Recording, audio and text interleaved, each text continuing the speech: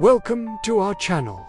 And today we are going to be telling you about Robbie Mannheim or Roland Doe, one of the most famous demonic possession cases in history, which took place in Maryland. This case was so disturbing that it inspired the novel and movie The Exorcist.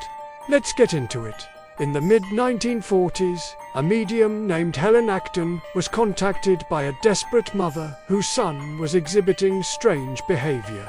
The mother had taken her son to see a psychiatrist, but he was deemed mentally healthy. So she turned to the only other option she could think of, a local priest. The priest performed an exorcism, but after realizing that he was out of his depth, called for backup. Soon, 5 priests were performing exorcisms on the boy almost daily. Although these attempts did not seem to be working, they noticed something very important. The entity inside the boy seemed to know things that Robbie, the actual boy, would not have known.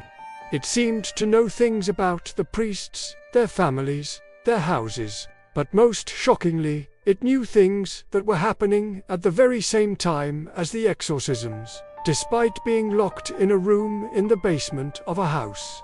After hearing this, the story starts to sound like a made-up horror movie, right?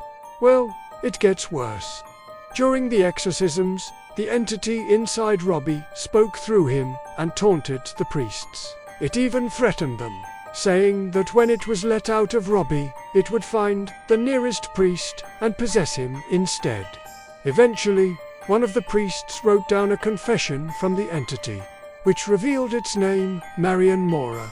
Through research, the priests learned that this was a demon that had been sealed inside a statue in Iraq, and forgotten about until recently when someone dug it up and brought it to America.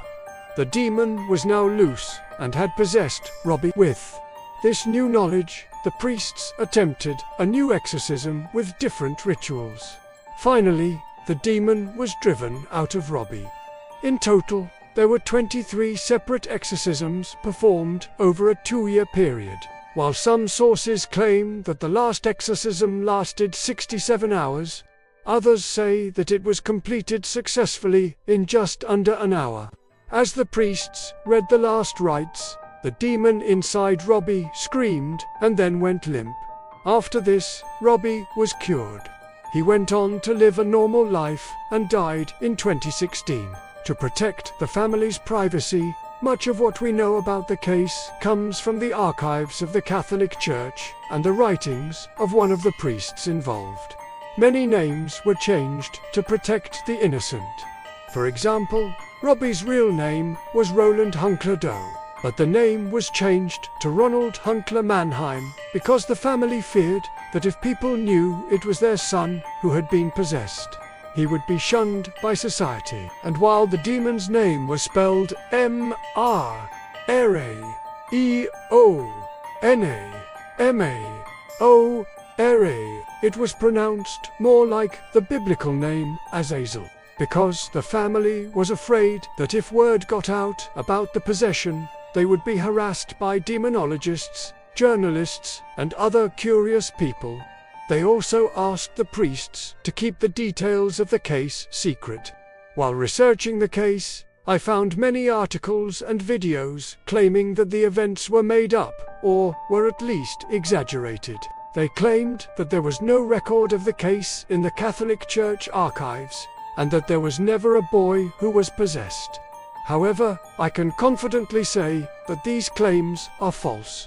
There are multiple sources that corroborate the story.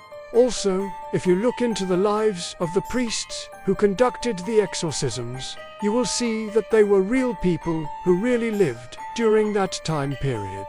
Although the case was kept very secret, news of it still got out, and the famous horror writer William Peter Blatty heard about it.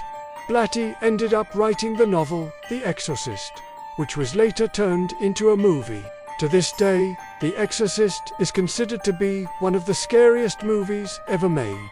If you liked this video, make sure to subscribe and leave a like. If you want to watch another video just like this one, click here. Thanks for watching.